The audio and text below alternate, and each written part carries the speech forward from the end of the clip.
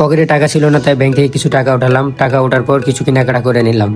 কেনাকাটার পর ক্ষুধা লাগছিল, এই জন্য খেয়ে নিলাম। পরে বন্ধুদের সঙ্গে আড্ডা দিলাম।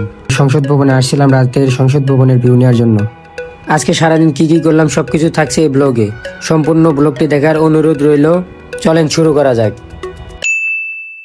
আসসালামু আলাইকুম এভরিওয়ান, কি অবস্থা সবাই? আশি সকলেই ভালো আছে। আপনাদের দোয়ায় আমি অনেক অনেক ভালো রয়েছি। আমার নতুন ব্লগে সকলকে স্বাগতম।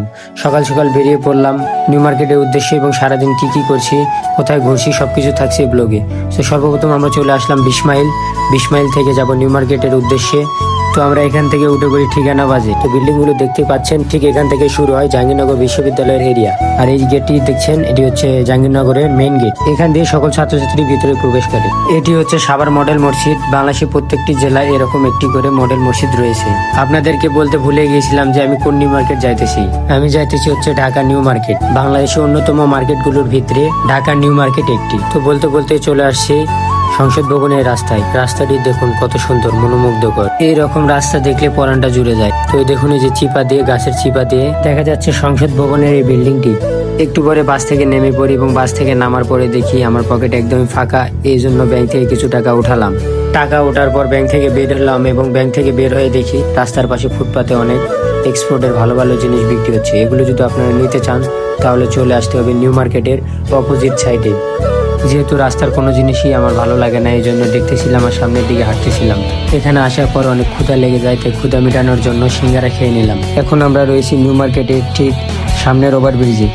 নিউ মার্কেটের সামনে রয়েছে চন্দিমা নিউ সুপার মার্কেট। এখন আমি অবস্থান করতেছি ঠিক নিউ মার্কেটের সামনের ওভারব্রিজটিতে। এখন ভিতরে যাব, ভিতরে গিয়ে কি কি করব সম্পূর্ণ দেখতে থাকুন। নিউ মার্কেটের ভিতরে ঢোকার আগেই আজান দিয়ে দেয় এবং নামাজের সময় যায়। দিনটি ছিল আজকে শুক্রবার, তাই আমরা নামাজ পড়ার উদ্দেশ্যে রওনা দিয়ে দিলাম। নামাজ শেষ করে চলে গেলাম আবারও নিউ মার্কেটের ভিতরে। নিউ মার্কেটের ভিতরে গিয়ে একটা প্যান্টের দোকানে ঢুকেছিলাম এবং এখান থেকে প্যান্ট ক্রয় করি।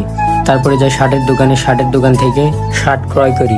তারপর নিজেকে আয়নার সামনে দেখতেছিলাম কেমন লাগে। তারপর কেনাকাটা শেষ করে বেরিয়ে পড়লাম। আর ভাই ঢাকা শহরের রাস্তাঘাটের কথা কি বলবো, সব সময় জ্যাম লেগেই থাকে। তারপর আমরা চলে আসি নীলক্ষেত।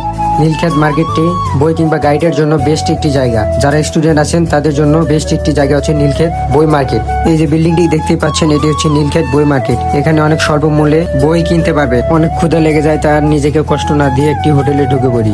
এখানে খাওয়ার ভালো কোনো কিছুই ছিল না, শুধু ছিল মোরগ পোলাও আর তেহারি। শুধু ভালো ছিল একটু মোরগ পোলাও, এই জন্য আমরা মোরগ পোলাও নিয়ে নিই। আমাদের খাওয়ার প্ল্যান ছিল কাচ্চি ভাই। সময়ের ব্যবধানে যেতে পারলাম না। যদি কখনো যাই নেক্সট ভিডিওতে জানাই দিব ইনশাল্লাহ। একটু পরে আমার এক বন্ধু আমাকে কল দেয়, যে বলে যে তুমি কোথায় আসো। আমি বললাম যে আমি ঢাকায় আছি। তারপর বললো যেহেতু তুমি ঢাকায় আসো তাহলে তুমি ঢাকা বিশ্ববিদ্যালয়